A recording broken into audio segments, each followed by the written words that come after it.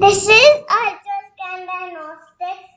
This is the CBCD of ultrascan diagnostics. The area of interest highlighted to us is the lower right 8, and the endodontic purposes. We will show you each and every aspect of the lower right 8 for endodontic treatment. As you can see that the lower right 7 is a implant placement, and this is the lower right 8. As you can see, the long axis is going to be slightly difficult and complicated, but we will attempt every aspect for our doctor.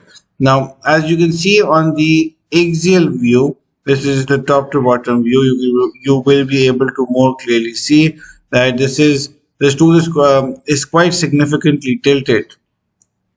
So we've switched views for better understanding. So this is the tooth. If we look at it from a axial point of view, which is the top to bottom view, you will be able to appreciate that this tooth has two roots. We've got two canals, the mesiobuccal and the mesiolingual. So this is the mesiolingual, this is the mesiobuccal, and this is the distal. So we've got one single canal in the distal, and we've got two separate canals in the mesials.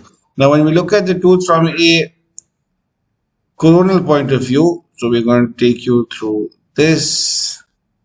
So these are the two roots. So the coronal, you can see very clearly you've got two roots and a curved apex right at the end. So the two roots are quite distinct, and then they join to form one at the apex, but we've got a long apex right here. So the estimated working length of this tooth is going to be approximately 21 millimeters. Now, moving to the sagittal view. On the sagittal view, you can see that this is the mesial and this is the distal, and then the distal definitely curves quite significantly.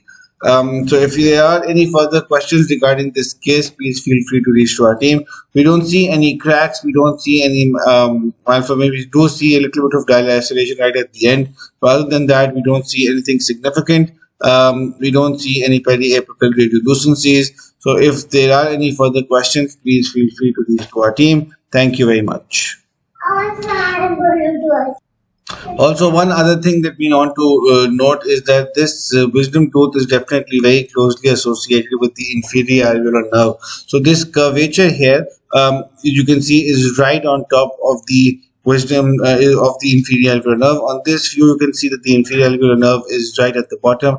On the coronal view, you can actually see that this tooth is right next to or right on top of the inferior alveolar nerve. It's not compressing the nerve, the canal architecture is intact. However, we can see that this tooth is definitely very close to the inferior alveolar nerve. So the risk of damage is, although not quite high, there definitely is a risk of damage to the inferior alveolar canal as a result if this tooth is either extracted or any instrumentation is extruded from the apex. Thank you very much.